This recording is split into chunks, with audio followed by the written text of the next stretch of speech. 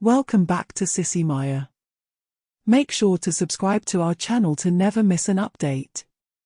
Additionally, consider subscribing to my Patreon to get access to these features, and much more. I was at my friend Carl's house, helping him and his wife pack for their big move. While fetching items from the garage attic, I heard a can fall. Looking up, a large can of paint spilled, covering me completely. Jolene witnessed the mishap but could only watch. I was drenched in lime green paint, soaking my shirt, pants, shoes, and underwear. Descending the ladder, I used my shirt to clean up the spill. "Michael, are you okay?" Jolene asked, sounding concerned. "I need to get this paint off. Can I use your bathroom?" "Michael, wait here. I'll bring you some clothes so you don't track paint through the house." Stepping away from the garage window, I removed my shirt, pants, shoes, and socks, feeling exposed. Carl was much taller and heavier than me. I anticipated his clothes would dwarf me. When Jolene returned, she smiled at me. "I hoped you wouldn't mind these clothes being feminine. Given their color and the fact they're women's panties, you probably won't object." I found myself wearing pink lace panties. I discreetly kept the matching bra among the soiled clothes. Jolene handed me a pink towel and suggested I remove the panties, assuring me the clothes were ruined and should be discarded. She also declared the shoes beyond saving, promising to find a suitable pair for me. Wrapping the towel around me, I discarded the panties and headed towards the kitchen door. Jolene called out, "Use the guest bathroom. I'll lay out some clothes for you to wear while we finish packing." In the shower, scrubbing off the paint, I heard the bathroom door open. "The clothes are on the bed. Let me know when you're dressed, and I can help you finish getting ready. Oh, and, are you a B cup or a C cup?" Without hesitation, I replied, "I'm a full C cup." A hand reached through the shower curtain, instructing me, "Remove all your body hair below the neck so the paint won't stick to you." I complied, emerging completely hairless. Stepping out of the shower, I noticed a list on the mirror. Following it, I dried off, applied the provided body lotion, used perfumed talc, briskly dried my hair and wrapped it in a towel, and ensured my eyebrows were neatly arched after plucking. Still in the bathroom, wearing a pink bathrobe, I was joined by Jolene, smiling broadly. "I'm actually glad that paint fell on you," she remarked. "Now I get to see you as a girl. I've noticed the panty and bra lines when you've visited before. Your nails were clear polished, and you smelled feminine. Come to the bedroom and see what I've chosen for you." Carl thinks I'm being too forward. On the bed lay a periwinkle bra and panty set with a matching slip, along with a sleeveless periwinkle sundress adorned with floral patterns and periwinkle sandals. Jolene instructed me to sit at the vanity and do my makeup, as well as apply nail polish. I was emotional, and Jolene noticed, looking at me curiously. "Jolene, you don't know how many times I've wanted to tell you and Carl. Now, because of a can of paint, you'll see me as Jillian. I'm excited to come out. It feels like a weight lifted off me." As I applied makeup, Jolene styled my hair with a blow dryer and brush, skillfully attending to it as a beautician would. When finished, she handed me a necklace and pierced earrings. "Jillian, you look so beautiful. You should stay as a girl. Carl will be amazed. He thinks you're too masculine to be a beautiful woman." Standing up, she realized we were the same height. She hugged me warmly, and I reciprocated, kissing her on the cheek. "Jolene, are you sure Carl won't be upset? I've heard him make remarks about gays and transgender people. I think, Jillian, he's afraid of losing his masculinity, so he puts up those defenses," she replied knowingly. "Did you only attend beautician school, or are you secretly a psychologist?" Jolene quipped. "To be honest, Jillian, I have a PhD in psychology. I just completed my thesis and will soon start practicing at the Kingler Clinic." We walked downstairs to the home office where Carl was sealing the last box. "Sweetie, I want you to meet someone you know but haven't met," Carl said, turning to both of us. "Sweetie, meet Jillian. She's been a guest in our home, but today we truly meet her. Wow, I never guessed you were one of them, Carl blurted out. Do you enjoy being with men? Do you have a boyfriend we'll meet? I like women, you can tell, Jolene is a real woman. Sorry, I'm rambling, forgive me. I'll just be quiet now. Firstly, I don't have a boyfriend at the moment. Yes, I enjoy being intimate with men, I'm female after all. Women are friends to me, and yes, I know Jolene is a woman. No, I'm not here to seduce you. Yes, you're rambling, and I'm not going back to presenting as masculine anytime soon. Carl moved to hug me but hesitated. I approached him, hugged him, and kissed him on the cheek.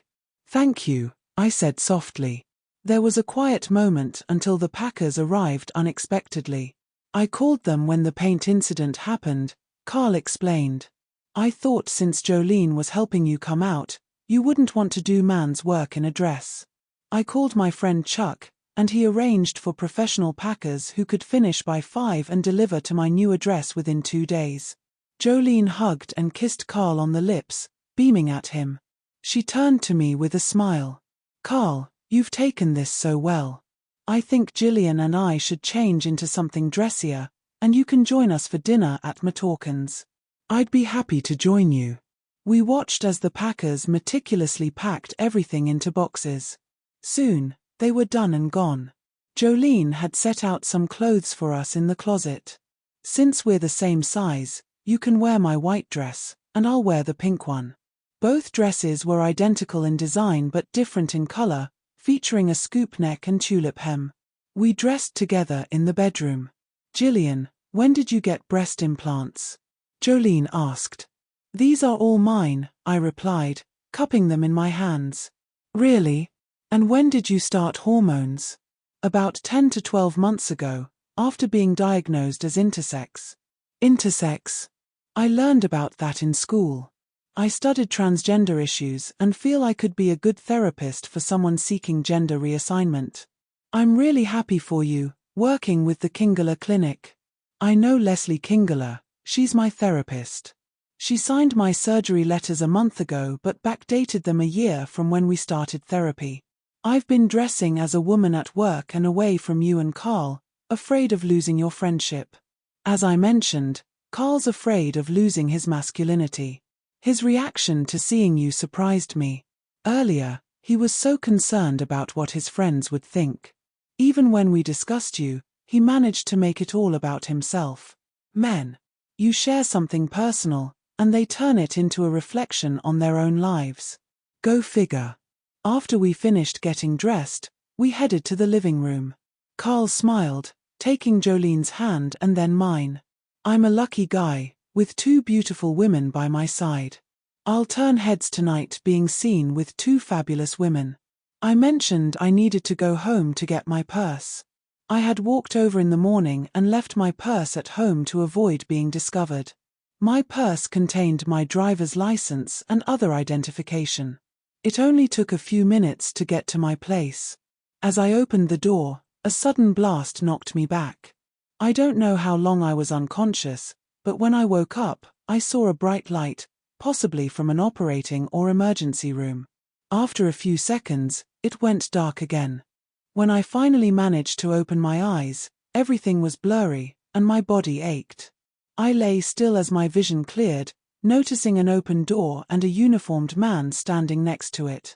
As my vision sharpened, I realized it was a policeman by the door, and the room had no windows.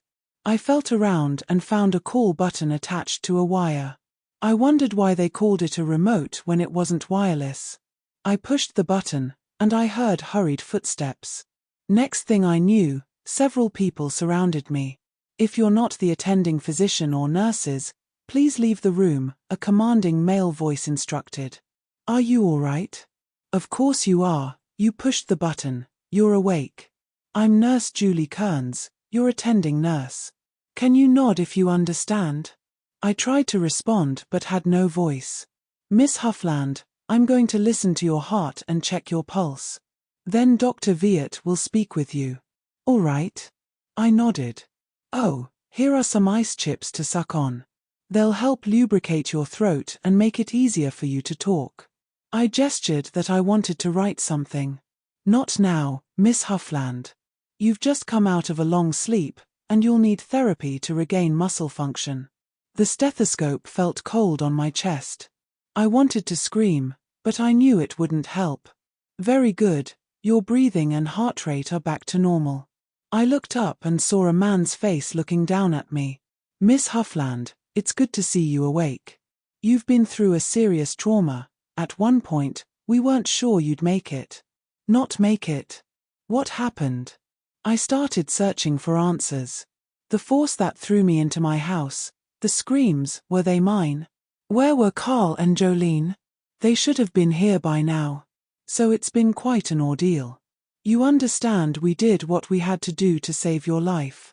Are you ready to start physical therapy to help you recover? I nodded. I motioned for a tablet and pen.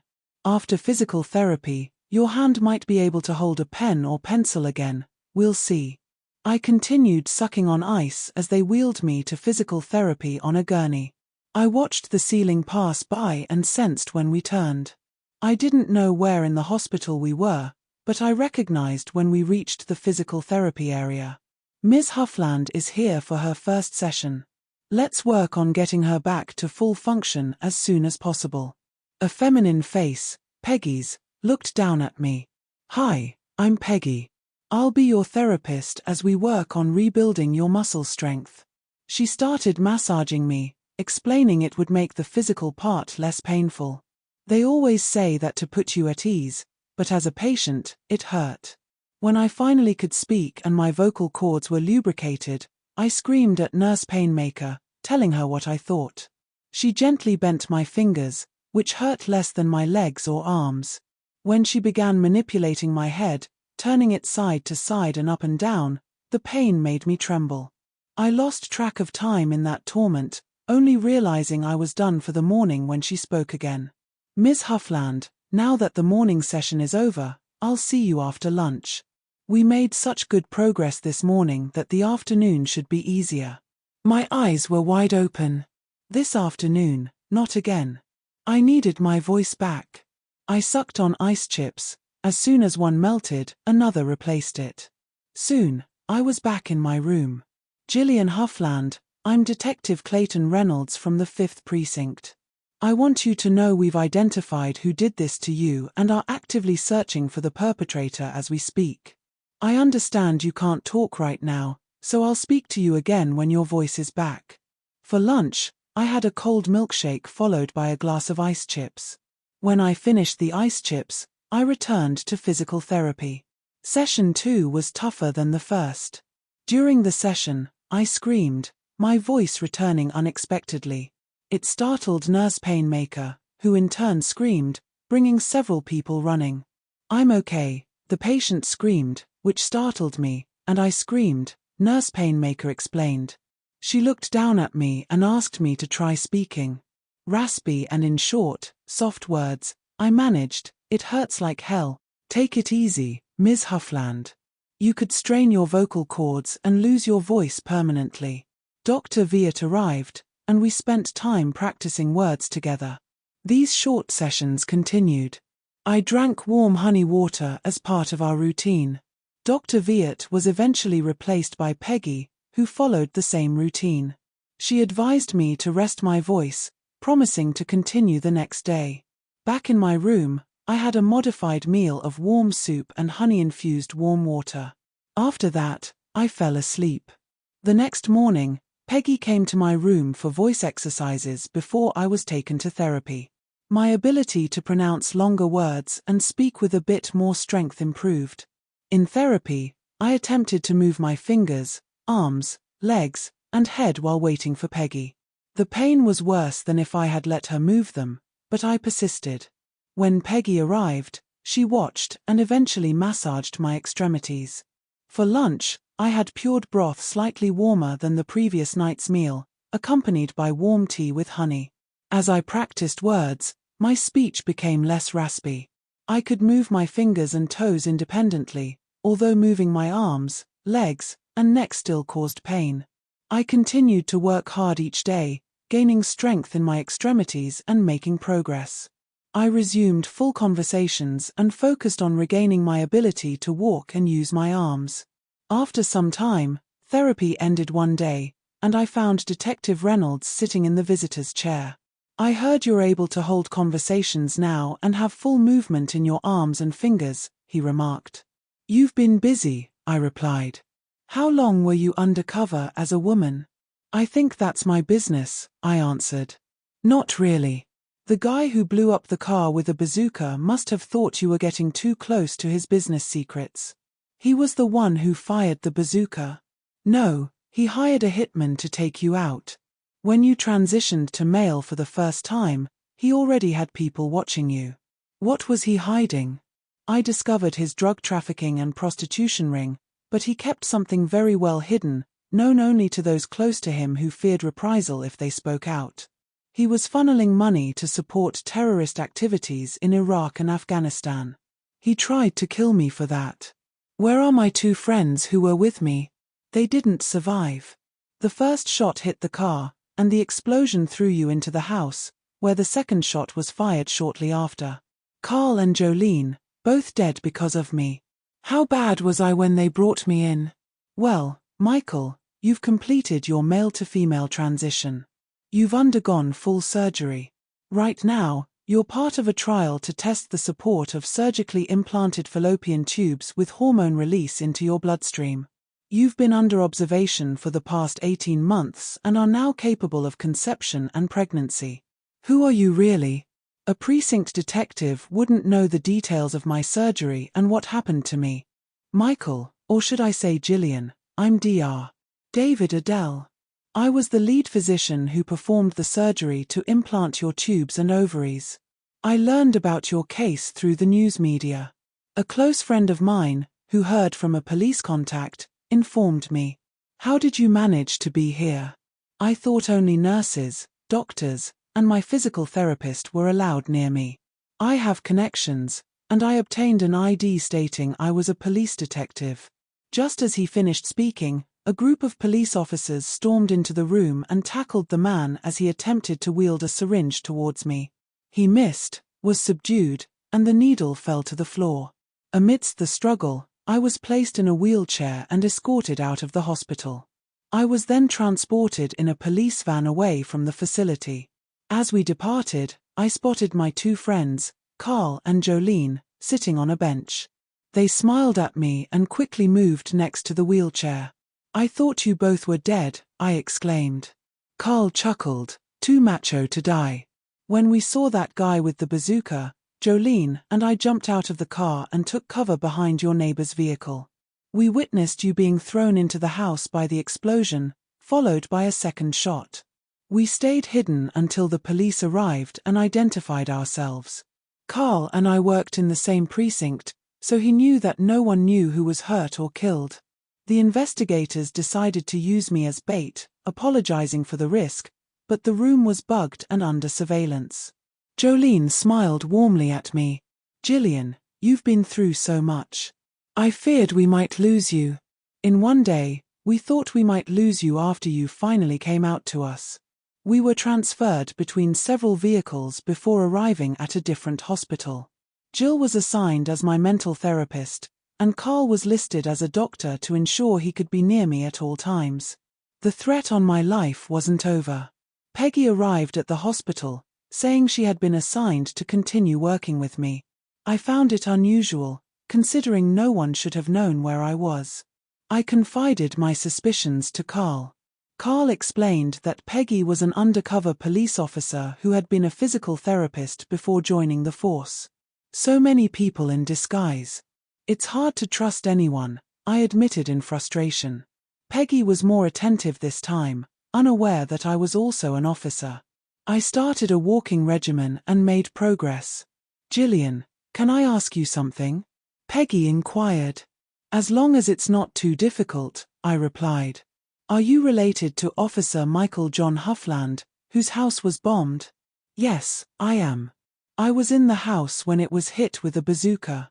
"Were you two very close?" "We were. I often wore his clothes, and he started wearing mine more until he fully transitioned into me." "Huh." "Peggy, I was Michael and preparing for gender reassignment surgery. I went undercover as a woman and worked as a waitress for almost 2 years at the Fleeced Sheep restaurant, where I discovered drug trafficking and prostitution were key parts of the operation. What I didn't know was what else the owner was involved in. You're a very beautiful woman. I always saw you as a man I could fall in love with. Now I want to be a good friend to you, like Carl and Jolene are. Are you happier since transitioning? I can't answer that yet. I've just come out of an 18-month coma and narrowly escaped murder. Few people have seen me since then, and they're people I trust. The man who tried to kill me in the last hospital died from a stabbing in city jail awaiting processing, so my secret is safe. The plastic surgeon did an excellent job. 6 months after waking from the coma, I was discharged from the hospital. Peggy McIntyre and I share an apartment and patrol together. My name, Gillian Lynn Huffland, is official. Once a month, I visit the grave of an empty casket on the day Michael supposedly died.